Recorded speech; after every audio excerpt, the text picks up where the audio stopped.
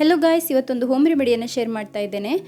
ಮನೆಯಲ್ಲಿ ಚಿಕ್ಕ ಮಕ್ಕಳಿದ್ದಾರೆ ಆದರೆ ಅವರಿಗೆ ಶೀತ, ಕೆಮ್ಮು, ಕಫ ಅಥವಾ ಜ್ವರ ಅಥವಾ ಗಂಟಲಲ್ಲಿ ಏನಾದರೂ ತೊಂದರೆ ಏನಾದರೂ ಇದ್ದರೆ ಈ ರೀತಿಯ ಒಂದು ರಸವನ್ನು ನೀವು ಮಾಡಿ ಖಾಲಿ ಹೊಟ್ಟೆಗೆ ಕುಡಿಸೋದು ಒಳ್ಳೆಯದು.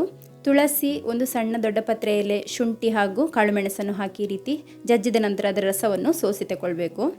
ಚೆನ್ನಾಗಿ ಜಜ್ಬೇಕಂತ ಇಲ್ಲ, ಜಸ್ಟ್ ಸ್ವಲ್ಪ ಕ್ರಷ್ ಮಾಡಿಕೊಂಡ್ರೆ ಆಯಿತು. ನೆಕ್ಸ್ಟ್ ಇದರ ರಸವನ್ನೆಲ್ಲ ಚೆನ್ನಾಗಿ ಹಿಂಡಿ ತಗೊಳ್ಬೇಕು. ನೀರನ್ನು ಆ್ಯಡ್ ಮಾಡಲಿಕ್ಕೆ ಇಲ್ಲ, ಇದು ಕಾನ್ಸಂಟ್ರೇಟ್ ಆಗಿಯೇ ಯೂಸ್ ಮಾಡಲಿಕ್ಕೆ. ನೆಕ್ಸ್ಟ್ ಇದಕ್ಕೆ ಒಂದು ಸಣ್ಣ ಟೀ ಸ್ಪೂನಲ್ಲಿ 1 ಸ್ಪೂನ್, ಅಂದರೆ ಸಣ್ಣ ಟೀ ಸ್ಪೂನ್ ಅಂದರೆ ಮಕ್ಕಳಿಗೆ ತಿನ್ನಲಿಕ್ಕೆ ಕೊಡ್ತೇವಲ್ಲ ನಾವು, ಚಿಕ್ಕ ಸ್ಪೂನ್, ಅದರಲ್ಲಿ 1 ಸ್ಪೂನ್ನಷ್ಟು ಜೇನನ್ನು ಹಾಕಿ ಕೊಡ್ತಾ ಇದ್ದೇನೆ. ಈ ರಸವನ್ನು ಬೆಳಿಗ್ಗೆ ಖಾಲಿ ಹೊಟ್ಟೆಗೆ ಕುಡಿಸಬೇಕು ಹಾಗೂ 1 ವರ್ಷಕ್ಕಿಂತ ಚಿಕ್ಕ ಮಕ್ಕಳಿಗೆ ಜೇನನ್ನು ಅವಾಯ್ಡ್ ಮಾಡಬೇಕು.